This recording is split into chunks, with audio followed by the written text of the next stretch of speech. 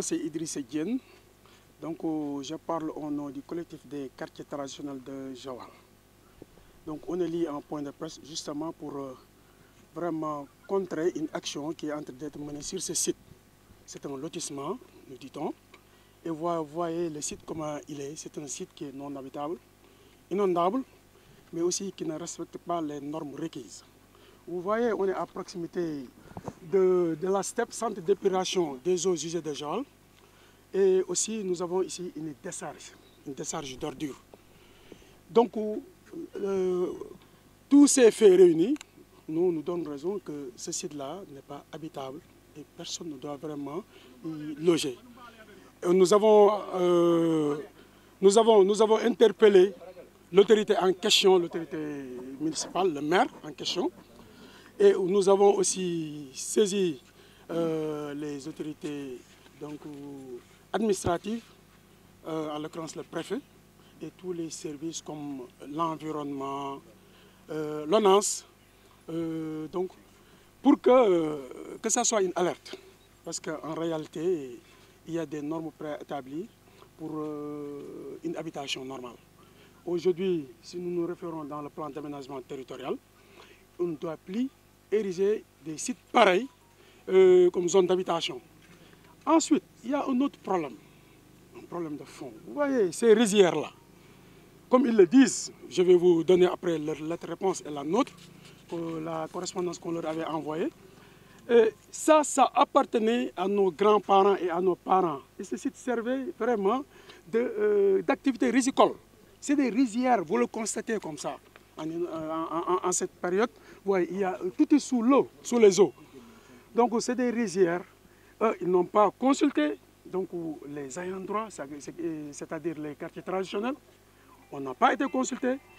Et il paraîtrait qu'il y a une représentation des délégués de quartier qui sont là, qui parlent au nom des quartiers. Et là, ce n'est pas vrai. Il n'y a qu'un seul délégué qui n'a pas reçu mandat, bien qu'il soit vraiment délégué, mais il n'a pas reçu mandat. Il a parlé au nom des délégués et au nom des quartiers. Et là, c'est ça qui a suffi à la mairie pour procéder à ce triste lotissement. Et là, vraiment, nous nous opposons à ça. Et nous userons de tous les moyens légaux pour contrecarrer cela. Et vraiment, c'est ce que nous décidons. Maintenant, ce point de presse est un appel, est une alerte aux autorités et en chef le président de la République. Vraiment, des gens pareils ne doivent pas salir son travail. Nous voyons ce qui s'est passé à Kermassar, ce qui se passe partout d'ailleurs. Maintenant, pour contrecarrer les textes, ils ont parlé de rattachement. Rattachement par rapport à quoi et où? Parce que rattacher, quand on rattache quelque chose, c'est à une autre chose. Le lotissement, les lotissements, les derniers lotissements se sont faits, je sais, en 2008. Et ça a été autorisé par le président de la République d'alors, Abdoulaye Wade. Aujourd'hui, ils font ce qu'on appelle du partage du gâteau. Il suffit d'aller vers la plage, vous allez voir une multitude de stations d'essence. Sans pour autant respecter les distances réglementaires. Quelle insécurité! Vous voyez, même en face de la mairie, paraît-il, qu'il est en train de lotisser cette zone. Il paraît 11 parcelles. Reste à vérifier de toutes les façons, vrai ou pas vrai. Nous allons prendre toutes nos responsabilités et nous allons vérifier cela. Si cela est, c'est sûr que ça va arrêter, ça va être annulé. Nous disons que ça doit être annulé purement et simplement. De toutes les façons, jusqu'ici, voilà, c'est les moyens vraiment légaux. Nous suivons toute la procédure normale pour respecter vraiment ce que nous donne le droit. Et jusqu'ici, donc, c'est ça. Les gens ont voulu faire n'importe quoi, mais nous, en tant que responsables de la commune, en tant que responsables, on a appelé à tout le monde à garder le calme et à suivre toutes les procédures que la loi nous permet. Et c'est ce que nous allons faire. Ce que nous allons faire, Inch'Allah. Vous voyez, Joal, on connaît Joal par leur sérieux. Le Joalien par le sérieux. Partout dans le Sénégal, vous entendez des marches, des problèmes. Mais à Joal, non. Les gens, vraiment, parce qu'on avait l'habitude de se concerter, vraiment de discuter et de tirer les conclusions et d'appliquer. C'est pourquoi toujours il n'y a pas eu de problème. Vous voyez. Donc, nous n'arrachons pas de bornes. voyez, on ne va pas arracher de bornes parce que nous sommes des légalistes. Nous sommes des légalistes. Mais nous allons, comme j'ai dit, nous allons saisir. On a déjà saisi certaines autorités, mais nous allons saisir aussi la justice. Nous allons porter plainte au niveau du procureur. Oui. Et c'est une des actions que nous allons mener en matière judiciaire. Contre le maire, bien entendu, parce que c'est le magistrat de la commune. Et dans la lettre de réponse, il a posé sa signature. Donc on ne peut pas porter plainte contre qui que ce soit à part le maire. Ce n'est pas une personne. Nous avons affaire à une institution. Nous avons affaire à une institution. La chose la plus grave, c'est quoi? Pour montrer le caractère illégal de ce lotissement. Un lotissement obéit à des normes. Vous voyez que quand il y a lotissement, il doit y avoir au préalable une délibération du conseil municipal. Parmi nous, il y a eu des gens qui ont fait le conseil. D'autres ne l'ont pas fait, mais ils ont fait la gestion des collectivités locales. Donc on sait comment ça se passe. Il y a une procédure légale, ça n'a pas été respecté.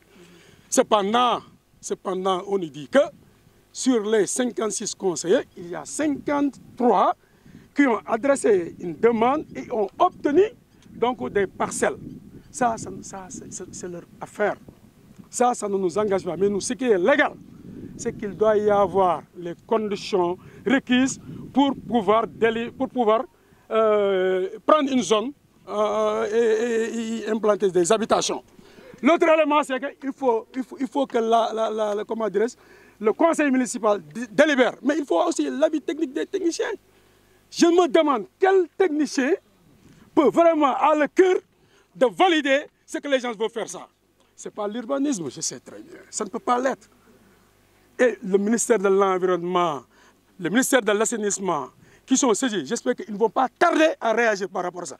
Parce que dans cette station-là, nul n'ignore qu'il s'échappe des gaz, comme le gaz ammoniacal, le sulfure d'hydrogène. Tout ça, c'est vraiment grave. C'est pourquoi il y a un rayon réglementaire d'au moins 200 mètres. Ce n'est pas respecté, vous voyez. On peut compter après, on peut mesurer. La décharge est là tout derrière. Ça ne fait même pas 50. Et nous dit-on qu'il y a un boulevard de 50 mètres qui peut laisser les paysans passer à l'aide. Ce n'est pas ce problème de passage seulement. Vous voyez encore les bêtes. C'est une zone de pâturage, bien entendu. Oui. Même s'il n'y a pas une délibération par la président, de fait, nous, c'est le seul espace qui reste pour vraiment servir de pâturage aux éleveurs. Et ça, c'est tellement important dans une collectivité comme Joal, parce que nous sommes des producteurs agricoles, nos champs sont là tout près. Il y a de cela quelques années, parfois il y avait des conflits, comme ça se passe ailleurs, entre éleveurs et paysans.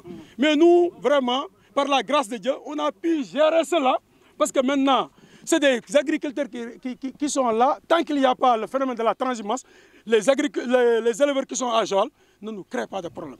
Mais s'il n'y a plus cette zone, bonjour les dégâts. Moi, le peuple, il a ses vaches et son lait. Moi, j'ai mes terres et ma production agricole. Donc chacun aura vraiment à sauvegarder ses intérêts. C'est pourquoi cela, vraiment, on doit le préserver l'environnement et surtout notre chère beauté qu'on a ici, c'est la mangrove. Une fois cette zone érigée en lieu d'habitation, c'est la catastrophe. Le ministère de l'Environnement ne laissera pas ça passer. Monsieur le Président Macky Sall, on fait appel à lui. Il ne doit pas laisser ça passer.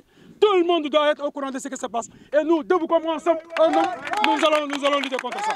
Et on est d'étiquettes politiques différentes. Et il y a des gens qui ne font pas de politique.